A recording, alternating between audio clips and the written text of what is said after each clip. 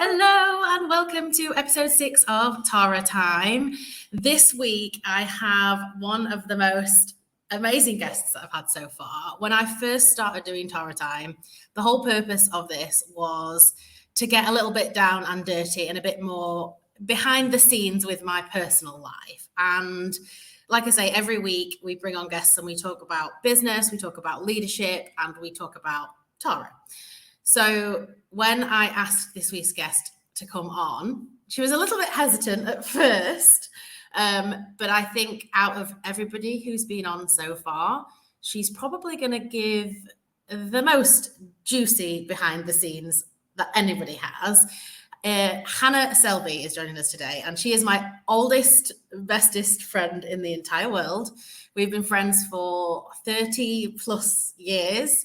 And she definitely knows all of the stories that I'm a little nervous she may tell today. So I'm going to invite her on and let her quickly introduce herself, and we're going to dig into all sorts of fun topics. Hello. Hi. Introduce yourself. Tell us where you are, who you are. Go for it. Oh my God. I'm Hannah. As Tara said, we have been friends since reception year at school. I have all of her dirtiest, darkest, most hilarious stories. Be gentle with me today. So when you said, oh, what on earth are we going to talk about? I was like, there is so much we've got to talk about. And the fact that we live so far apart and quite frankly, well, I will profess I am absolutely useless at ever picking up a phone. So I said, we'll just have our catch up live for everybody to listen to on here. So we set some things out. So we said we were going to talk about 30 years of friendship. So 30 plus years of friendship. I don't know how old we are now. Something like that anyway. No, when you introduce me as your oldest friend, I think we need to drop that now because it's like a year-old's going to appear on screen.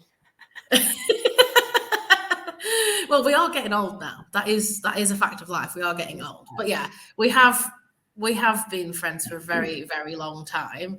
And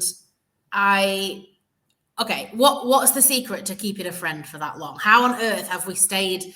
One thing that always gets me is both of our parents actually will always, like, they say, I can't believe, like, when we still go about, like, I can't believe that they're exactly the same behavior and people that you always have been forever, from when you were little to now. Idiots.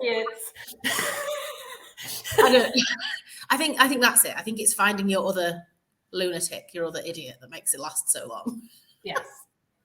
Never take anything seriously, ever. Yeah, that's a good one. Yeah. Yeah, and we have had many experiences together. 30 years is a long time. 30 years is a really, really long time. We have been on many holidays together. Yes. We have been through many boyfriends together. We have... We've done the full high and low. We've had the shit together. Can you say shit on here? Yeah, we can say shit, fuck, bollocks, crap, all of it. We've had the fun times and the rubbish times and the sad times and the happy times, and we've done the full 360. That's what we've done. We have. Yeah. But yeah, I think you're right. The reason that the friendship never doesn't matter how far I fuck off across the other side of the world. Yeah. It doesn't matter what changes in our lives. I don't really think there is a recipe to it, like how to have a successful friend. Because like you said, I think you just have to find your other odd friend that you will do life with, basically. I think that is the key. Yeah. But there's something like when specifically, and it was a fear I had actually, when I moved away, like however many million years ago that seems to have been now, of how do you sustain that when you're far away? And I'm useless. Like, we don't talk on the phone regularly. Like, we don't even WhatsApp that regularly. Like, we're not in contact all of the time. That's not the recipe either. No, but 100% when I come back to the UK, you are the first person that I book something in with, that I arrange to do something with, that we, whatever it is, like that's always a non-negotiable. And it's always the easiest as well, like just putting on an old slipper. And like there's no what's changed, what's different, No. there's none of that. No. And we are very different people, right? Very different. But no, we're not different. We're not different. We sound like idiots sat here, like we don't really know what we are or what we're. But no, like we're not massively different. We have different personalities, but then it's the same when we come back together. It's like we've never been apart. It's the silliness. Keep the silly alive. It's the silliness. But yeah, we've gone with different life paths, completely different life paths. So yeah, let's talk. Yeah, we have gone with completely different life paths. So like for me, I would say I left home when I never went, like I was never in my home area from being 18. I never went back. I always traveled. I always just like went and disappeared to far-flung places like that.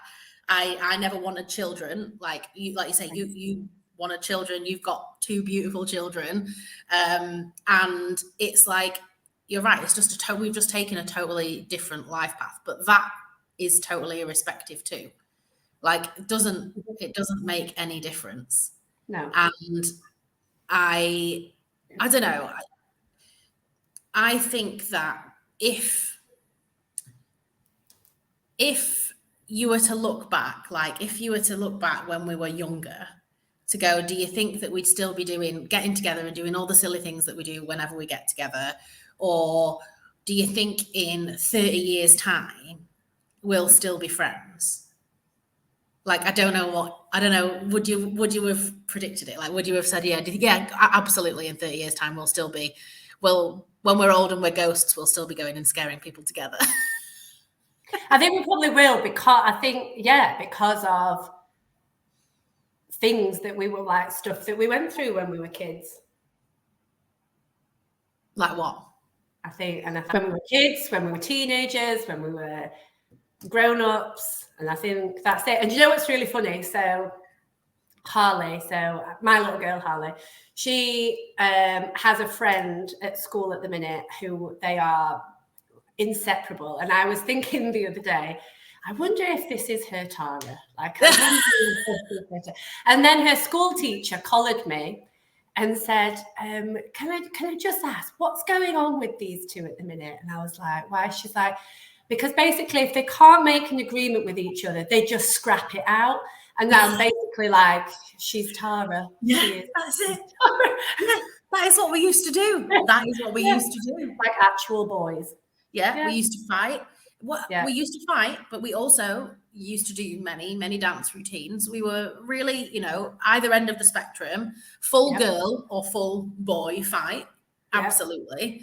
That was, I think, probably the start basis of our friendship, making other people watch our dance routines forever. Like, I was always slightly the more girlier one though, and I feel like Dubai did wonders for you, because I almost died of shock when you came home from Dubai with painted toenails once, and I was like, oh my god. I was always from Dubai slightly more feminine than when you went. I'm afraid you're gonna have really bad news. I've regressed. I have regressed. Brilliant. And my femininity may have taken a bit of a back seat since. I've got no painted toenails, I've got no nail varnish on, but I think that's just laziness more than anything. There was a salon in my building when I lived in Dubai, so it made it very easy. It turns out that the girliness, there just has to be like the path of least resistance. There has to be a salon in my building for me to be able to be asked to do that. That's what I've learned about myself. That is my philosophical learning for the day. Unless there is a salon in my building, I will look like a man. Excellent. But yeah, I think you're right. You're probably right. I did start to maybe do a few more girly things, have a blow dry, have my nails done, things like that when I went there. But yeah, I've always been definitely we were both tomboys, like ish when we were growing up. But it was funny because like our behavior was definitely tomboy, but our like outward, like we used to love dressing up, doing dances, doing all of the girly stuff as well. Though sometimes the dressing up things used to get us in a bit of trouble. Hence the picture that you posted, which for us, we were being completely naive about until we sent your stepdad to print off photographs of us at Max Spielman with no clothes on. Yes, and or socks stuffed down the bra. So Hannah and I decided it was going to be a great idea. Let's we see people doing it. They do a photo shoot. Let's pretend we're models. We'll have, I don't know how old we were, maybe 12 or something. 10. No, we must 12. Have been younger than that. Younger, yeah, you're right. Actually, we were younger than bras that. And fur coats. Bras and fur coats. That was the order. That's what we had. Our mum's fur coats. We didn't even own these fur coats. With bras and our mum's fur coats. And we took pictures on a disposable camera. Wind up camera. Yeah, took pictures of ourselves. And then sent Dave to get them printed. Yeah. Sent my dad then to go and get them printed, which he had no idea what was on the camera reel. And he was then hauled in by the people saying, "This I can't give you these photos because they're inappropriate." And it was because now you can't even take a photograph of your own child in a bath and get it printed off somewhere. Like there was like teenage-ish girls basically doing. Yeah, we had this modeling shoot. We could have got him into a lot of trouble. Yeah, I think, and that was another thing I said we would talk about, was be like teenage tearaways. We had many incidents as teenagers that I'm sure shaped who we are today. But we were a challenge, I think, when we were together, which was 100% of the time. So I think for probably, I don't even know how many years straight, like every single day, every single evening, we would be at either each other's houses. And then at the weekend, one would sleep at the other's house.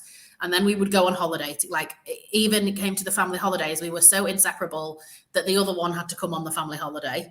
That's where we really started to put a little bit of pressure on the parents, I think. With the holidays, where we would just be continually misbehaving, whether it would be sneaking out or when we shouldn't have been, or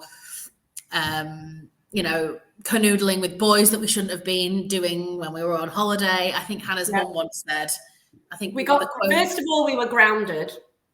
And then who gets grounded on holiday? We got grounded, and then Mum said she was going to put you on a flight back home. What had I done? I can't remember what I'd done to be told I was going to be put on a flight back home. I don't know. We'd found a nightclub that, like, for us, we'd been taken to Ibiza, and for us, this nightclub at the age of 13, we might as well have been in Pasha. And Mum and Dad sat outside, and we were on the dance floor with all these boys doing our bestest, bump and grind, black lady dancing, thrusting all over them, not realizing that there was a huge 40-inch screen TV outside that my mum and dad were watching of us dancing on the dance floor. And then he came in and grabbed us and took us off. And then when he realized my mum and dad realized that they'd lost all control of us, Dad started buying the boy from Bognor Regis beers to act as our bodyguard for the 2-week holiday. Yeah, I know. I think two of my favorite quotes from your parents came out of that holiday. One was when your mum came back and she said to my mum, "Never again. It was like taking 2 bitches on heat out of the country. I'm not taking these ever again anywhere." And from your dad, was the night that we were grounded, and we were like, "Can we just nip round the corner to the shop?" And he looked round, and we tootled off, and he saw us surrounded by a pack of boys and came over with, "Do I have a dick on my head?" Yeah. We caused some havoc, and I think just a general, whatever we were told not to do, we would try and figure out how we could do it. Even when we were back home, there was a boundary limit of where we were allowed to go within our hometown. But Never go to the Southern bus station. we don't go over it was like over a bridge to the other side of town. That's too far. You don't go there. Yeah, we were like, well, but what do we do? Because we found some boys that we like at the other side of there. Yeah. Do you know what though? I quizzed my mum the other day when you asked me to do this, and I was like, what would you say? Like, oh, we were like pretty bad, like the stuff that we'd like sneak off and do this, and like you say, everything that we were told not to do. And her story was the day that and this was us being actually really good in our own heads, when we went on a bike ride to see my nan in Tickhill, but didn't tell anywhere where we were going. Yeah. And that to her is her worst story. Us going on a bike ride to Tickhill to see my nan, which I think we probably thought we were doing a little good deed. Yeah, but that was the thing, like we had no consideration for, we just disappeared. We were out for about 7 hours. Yeah. And nobody knew where we were, and obviously no mobile phones or anything like that. And when they got back, like it was a long way as well, like down the other thing is the way we cycled there is like down a massive dual carriageway or something. Like, but now all I get from my mum is, you just wait, you've got it all to come. Yeah, which actually Harley introduced me to her year 6 boyfriend. She's in reception and she's 4. Her year 6 boyfriend, who is about 6 foot, he's called Nick and he has a skinhead. Oh, excellent. That's who I got introduced to. So yeah, I think I've got it coming sooner than I think. You and she's totally right.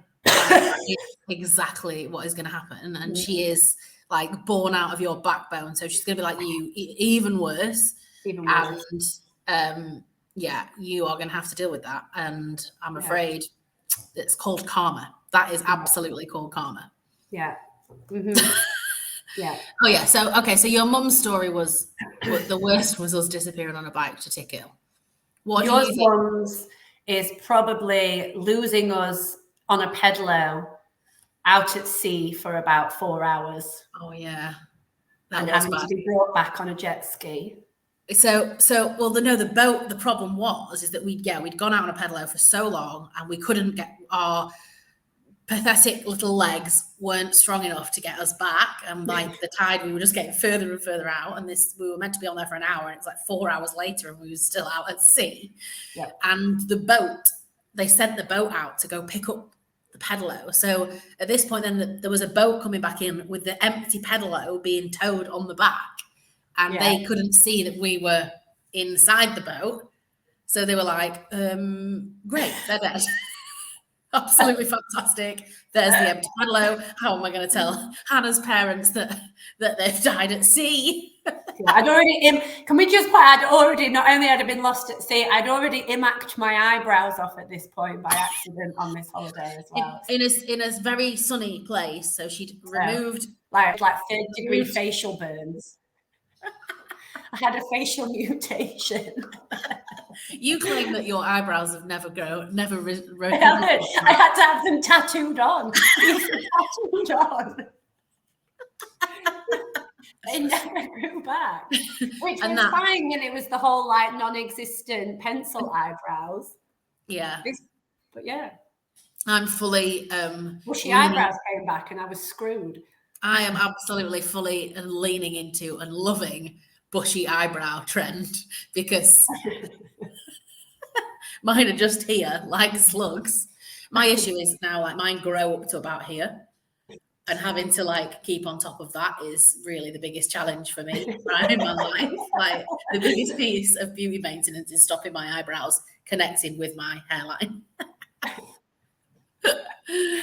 All right, so that's your mum's, my mum's. What do you think if somebody asked you what our biggest teenage tearaway, keep it as PG as you can.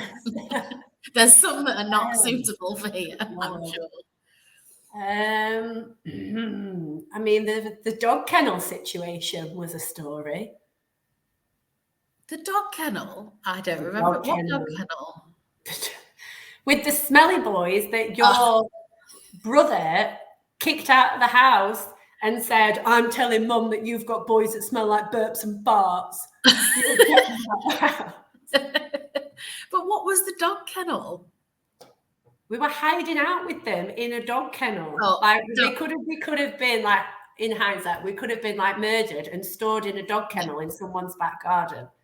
Yeah, I didn't realise that was a dog kennel, but now I know what you're talking about. It was like a horrible shed. Yeah, it was a dog kennel. You're Dog right. beds in it. With dog beds in it. Yeah, that is. You're right. We could have been murdered and stored in a dog kennel. But we did put ourselves in quite a few compromising, risky situations. I think that was. Yeah.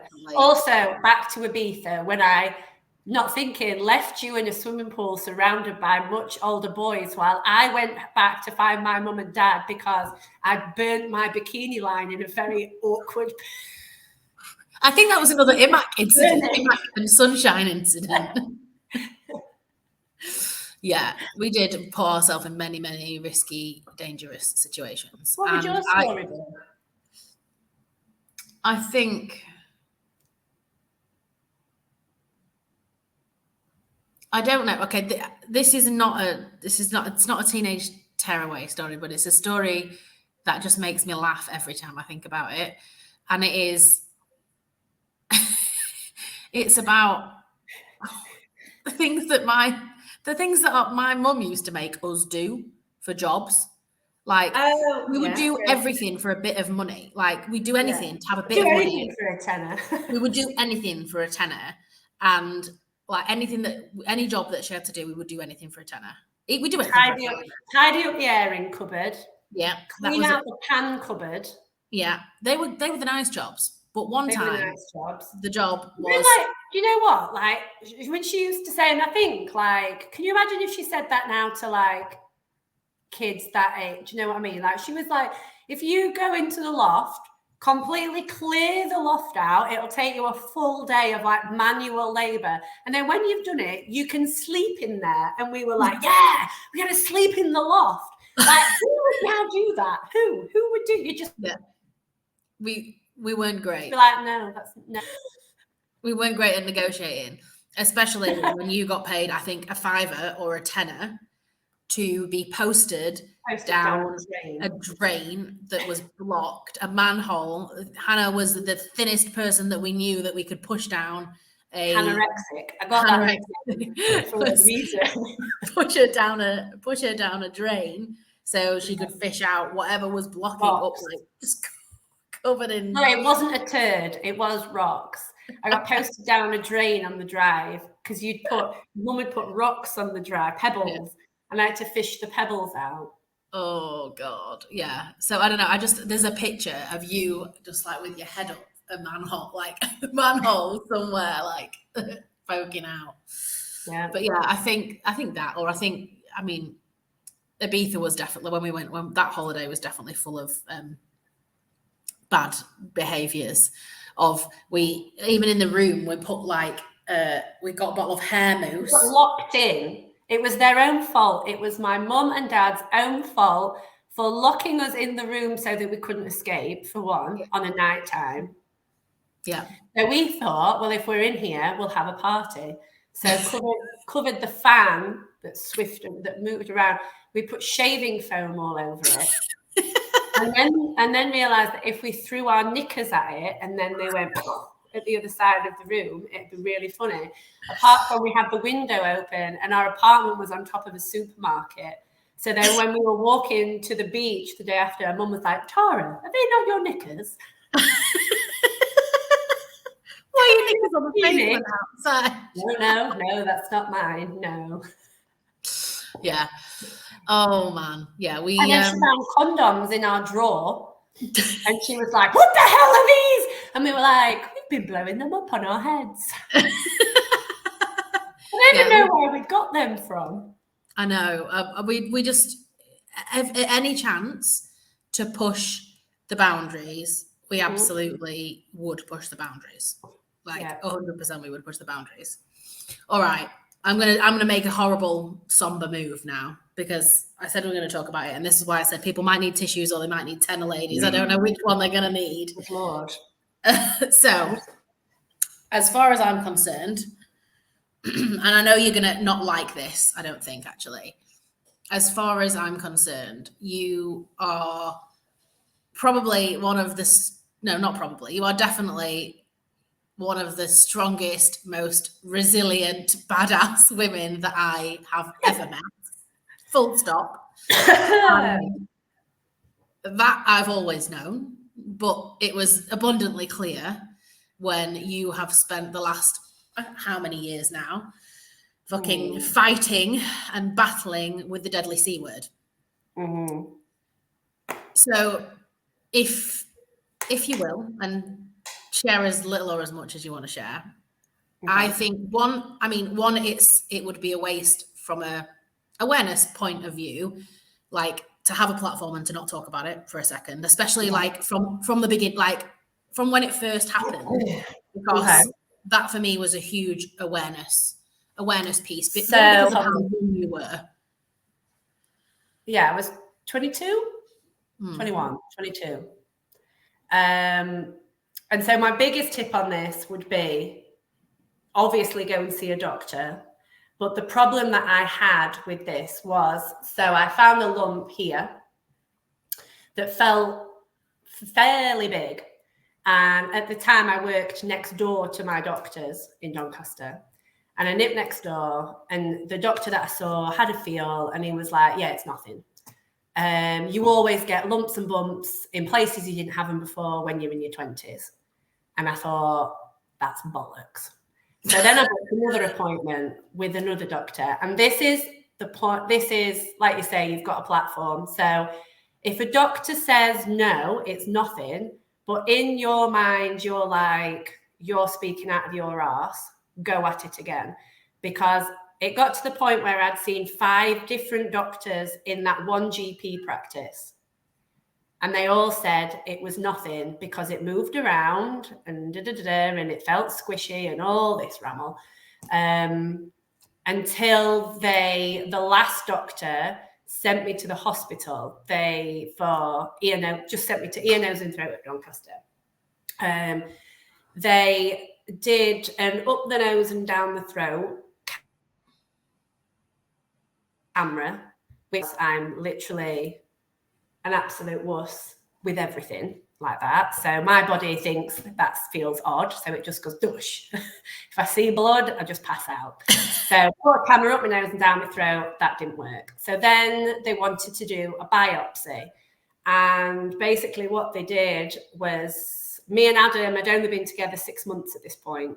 Mm-hmm. I got a needle the size of a knitting needle with a tube on the end. They stuck it in my neck without any anesthetic, sucked all this whatever out, it literally, and then the result, it was the most pain I've ever been in ever. And they literally came back and said the results were inconclusive. They would have to do it another 3 times with a 6-month gap between each time before they could say yay or nay, it was nothing. So at this point, I said, you are never doing that to me ever again. Just remove it. So they'd done a scan and they could see that there was something attached to my thyroid. So they removed half my thyroid and then biopsied it after I'd had an operation. At this point, my mum was like, why would you do that? Like, you're going to have a scar. And I was like, because I cannot have another one of them biopsies ever again. That came back cancer. So then a month later, I went back in, they removed the other half. Basically what they'd not done is the doctor that had done it should have removed my thyroid and surrounding lymph nodes, and he didn't. He just removed the thyroid. So then roll on 7 years and it came back.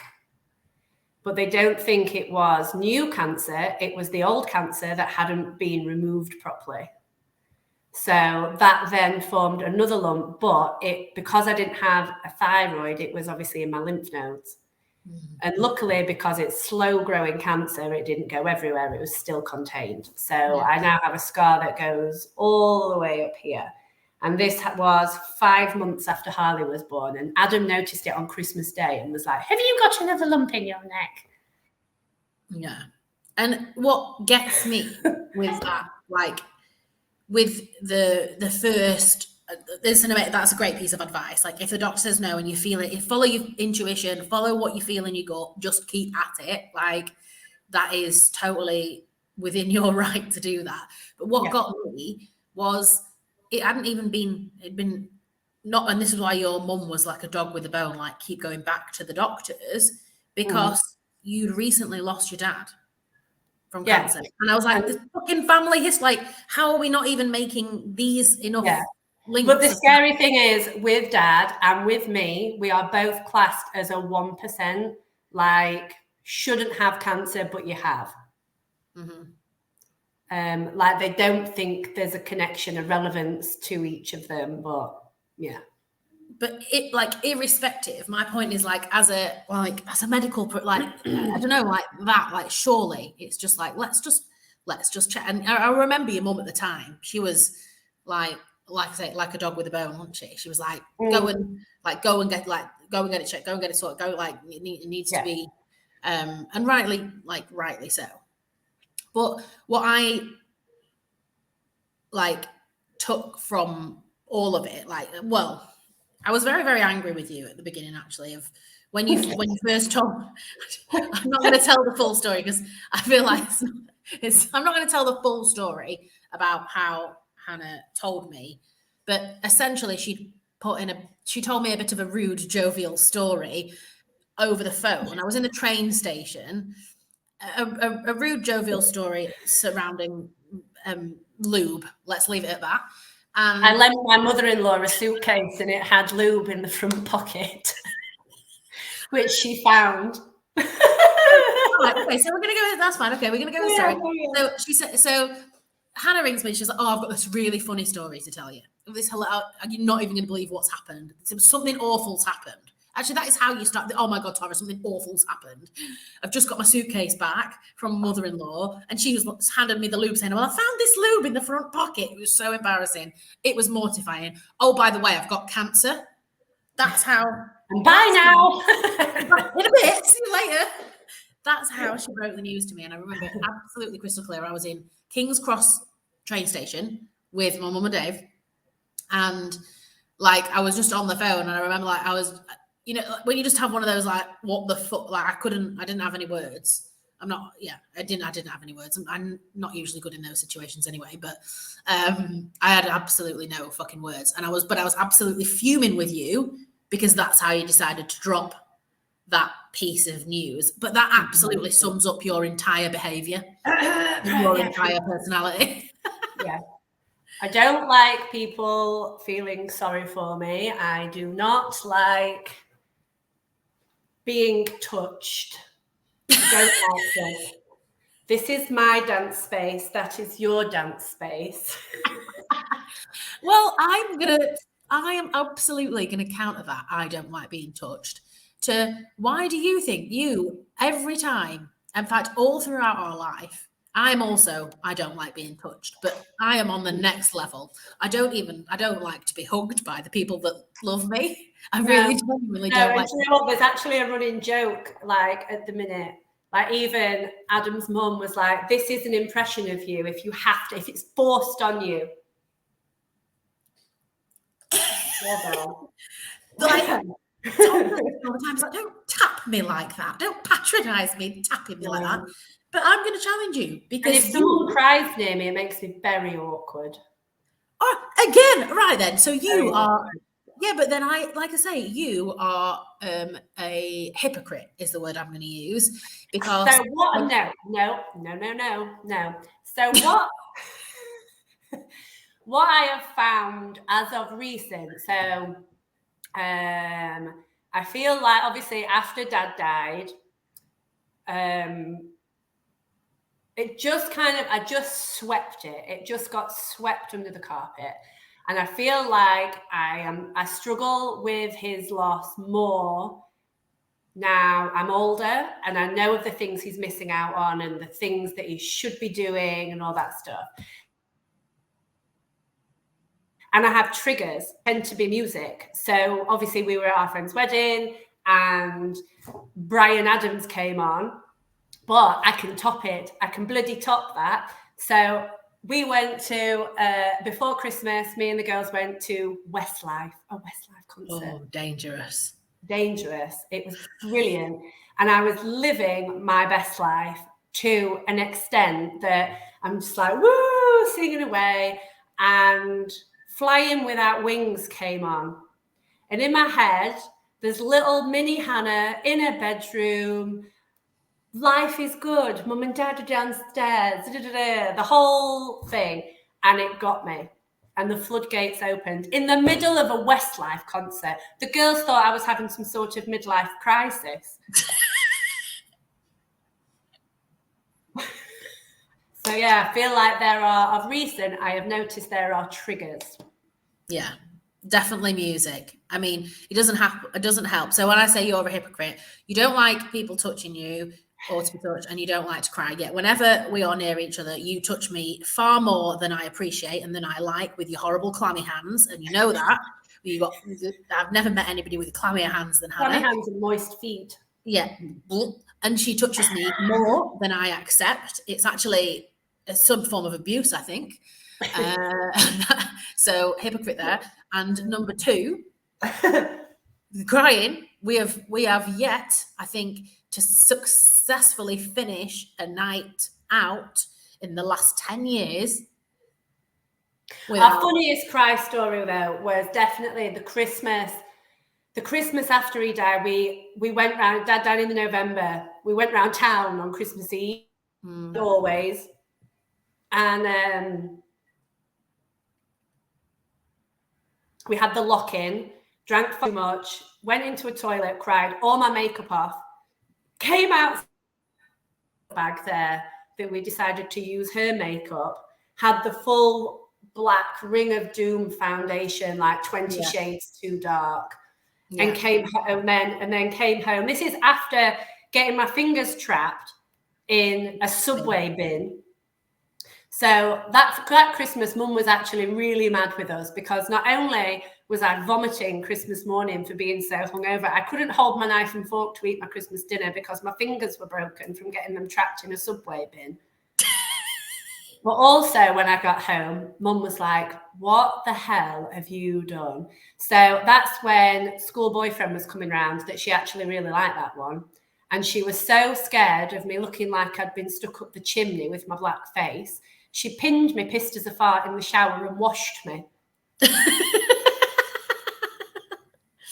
Yeah, but we absolutely fail. And I think part of it is because, like I say, we don't, the one of it, there is the, like, well, for me anyway, the joy. Like, we don't get to do it very often. We don't get to see each other anywhere near as much as I would like to see each other. So when we do, it's like all of the heightened emotions, full stop. It's like pure joy and pure emotion and all of that. And usually we're out dancing. If we can choose something to do together, it is always that, like just to go out and dance. Though my feet don't seem to take it like they used to do. But there's that. And then, like, we have the conversation, like, you know, we grew up together. Like, we grew up around both of our families. And I always say, like, your dad was like my second dad. And it's that connection of all of those memories usually just come flooding back to us in a nightclub toilet. All of those. And you're right. They were just like the best times. Yeah. Definitely. And it usually all comes flooding back in a nightclub toilet. All right. Now, I know, and we're going to finish a little bit early today because I know you've got to go, you've snow day situation, you need to go and pick the kids up. Yes. So I want to talk about, because we do talk about this all of the time, I want to talk about social media. So obviously I use social media all of the time now for business and whatnot. Yep. What I want to talk about is the fact that what the hell would have happened if we would have had social media when we grew up. I met with Fran yesterday, and she enlightened me to something that I had completely forgotten. So I brought this up with her as well, this topic. And I had completely forgotten about this until yesterday. And this must have been our version of Facebook and whatever else, right? The slam book. Oh, the slam book. The slam book, which was basically everybody had them in their own little groups, and they were like scrapbooks, weren't they? That you bitched about people in, and you put your feelings in, and you put your whatever in, and who you fancied at the time, and you fancied at the time, and whatever else. So it was a bit like a Facebooky scrapbook, but that was our Facebook, that was our Instagram, a slam book. Yeah. Oh my and God, then they all got confiscated by the teachers because they were so like it was like Mean Girls with that book. Yeah, it was like Mean Girls, but it was also like the content was non-PG. That was the other thing that the school was going nuts about. Like the things that were written in there was swearing in them, there was rude things in them that shouldn't have been in them. But you're right, but I can't remember how it worked. Like, did you just have it between? Was it between a full group? Was it between a couple of people? Like, I can't remember how it worked. Did we pass it round? I think it was like, I don't know. Well, Fran was saying that she found an old diary. Excellent. And in it, she'd put that you and her had just started a slam book. Okay, so it's maybe between two people. But I don't know. I don't know whether they were in group and you passed it round. I feel like I had one with a few girls. I can't remember. But yeah, that was our thing, a slam book. That was okay. The conversation we have is imagine if we had TikTok. I mean, we did, to be fair, we did all the dances. All we ever did was make up dances. I think we would have absolutely nailed TikTok. We probably would have been TikTok famous and really, really rich now. That's one thing that would have been different. Like, totally, we would have been TikTok famous.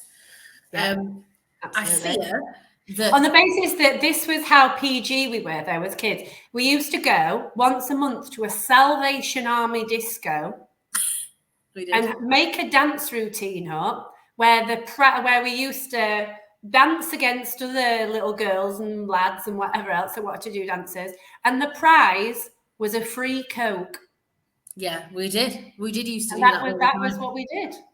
But my fear is that associated with the bitches on heat comment, associated with the bra stuffing pictures that went to be developed, all that would have happened probably is they would have been on the internet for all of everybody to see. Yeah, exactly. That is exactly what would have happened. And that actually does, like, it must bring the fear into you as a parent. Like, because at that age, you just do stupid shit. Like, you have no realization of like, when we look back and say the dangerous situations that we put ourselves in, the stupid things that we did, like, you just don't have that sense of danger that I think that you should have. And then when you do that online, and it's like literally there for every weirdo in the world to come and access, like, for people of that age, that is a little bit scary. I sound like an old person. Well, no, the fact that so Max is 6 in year 2, and they had a safer internet day at school the other day, like how to safely use apps and the internet in general. We never had that. Well, that's because we didn't really have the internet until we were. We never had anything. We didn't even do like. I mean, I remember when we had a parents' evening and we'd had a sex education lesson, and it was it PSE? And the teacher said to my mum, we were slightly concerned about Hannah's seriousness with it, that actually she picked up the large dildo and used it like a lightsaber to prod the boy at the side of her. Like, had no intentions of wanting to. I just kept jabbing people with it. I mean, that's generally my experience of what happens anyway. So, you know, really just setting yourself up for life with that. I think, I don't know. I like, that goes with you, just general silly behavior. But I think the social media thing, we would have been all sorts of trouble, I think, if we'd have had it at that age. Well, I mean, it would be a combination of inappropriate pictures, dance routines, But I think that when I come back, so I'm going back to the UK in May, and I think when we come back, we really should. I think we should TikTok. I think we should TikTok. I think we should just have a TikTok evening where we test how good our ability to pick up dance I feel like still is. We might need to get Grace to actually teach us how to dance again, though. I don't feel like our moves are going to get us very far anymore. Well, I tried to do one. I don't know if you remember, if you saw it. Like it was when I was still in Dubai. Actually, I tried to do one with my mum, and we were very, very drunk, and I think it took about 2.5 hours to get, and she still didn't get it right. And there's just 47,000 outtakes of me going, "Stop it, you idiot! It's not like that. It's like this." I feel like that is what it's going to be like. Be good fun. We'll do it. Yeah, we should definitely. So that is a promise. You can definitely see a TikTok coming this summer. Coming this summer, Hannah and Tara regress. Oh, good God. Do TikTok. And you now have got children to embarrass that they'll be able to see it. It'll be there in the world. Well, can I just remind you of my dislocating knees? Can I just remind you of that? Can I just point out, not only have we talked about the cancer thing, but I also now can't leave the house without dislocating a body part and ending up in A&E. So actually, we might just need to... What we'll do is we'll find an upper body TikTok dance to do. Yes, we'll do that. Because, so this happened at a party when we were maybe 15? Yeah. 14 or 15. So my house was the house of parties. It was somewhat legendary, if I do say so myself. Like, my mum was incredible and always used to be the house where the parties were allowed to be at. And I don't know, it wasn't even that far into the party. Hannah was doing such ridiculous grindy dance moves that she fully dislocated her knee and had to be taken away. Did you have to go in an ambulance, or did you have to? No, my dad came and took me. Yeah, so ended up in A&E, and then ever since it's been fucked ever since, hasn't it? Like, it has. We had your hen party in Dubai, and was it the last night as well? Or it was the night even before then. I did, like, my hen party in Dubai, did it. Went to another friend's hen party in Amsterdam, ended up in a private hospital there where no one spoke any English, and they ended up fracturing my knee. That was nice. The gym, Donny Gym. So you can't go out. I feel like I just used to do it for attention, just so I got carried about. Yeah, well, it was not fun when you did it in Dubai because we had a boat trip planned for the next day, and we spent the whole of the morning trying to source you some crutches. We did. We got you some crutches, didn't we? And then you had to get on and try and navigate a boat with crutches. Absolutely ridiculous. Yes, like, it just... And that can't be fixed. It's just going to be falling out forever. Is that the deal? My knee muscles are like old lady knicker elastic. Is I think the medical term for it. So fucked. In a word. Yeah. Well, that's rubbish. So we're gonna have to do upper body TikToks. Upper body TikToks yes. Here. Right. Mm-hmm. Thank you so much for coming on. Thank you for having me. I know you were hesitant, but I told you shitloads. We could talk for another 3 hours if somebody let us. So probably best we don't, for people to listen to our garbage any longer. Thank you. And I think, like, most important thing for to say at the end is find your fellow weirdo and stay friends with him for 30 years and 30 fucking more and bring on that. Yes. If you've got lumps and bumps and the doctors tell you that check your necks and don't trust doctors. Yeah, check your necks, check your tits, check your everything, check all of the places. All of the places. And if the doctors tell you it's fuck all and you feel like it is something, go back. Yeah. We've got to do 3, so that's 2. What's the third one? What's the third one we can say? And if it is bad, you put your big girl knickers on and fucking deal with it. That's what. That is, you do. You put your big girl knickers on and you deal with it like a big girl. You did do that. You absolutely nailed it, to be fair. I don't know, like, Yeah, and we didn't go deep into that, but when I said you're the strongest, most resilient person I know, like, one, the way you communicated how you had it, but how you dealt with it when you've got it. Like, after the initial, I'm fucked off and I'm angry about this.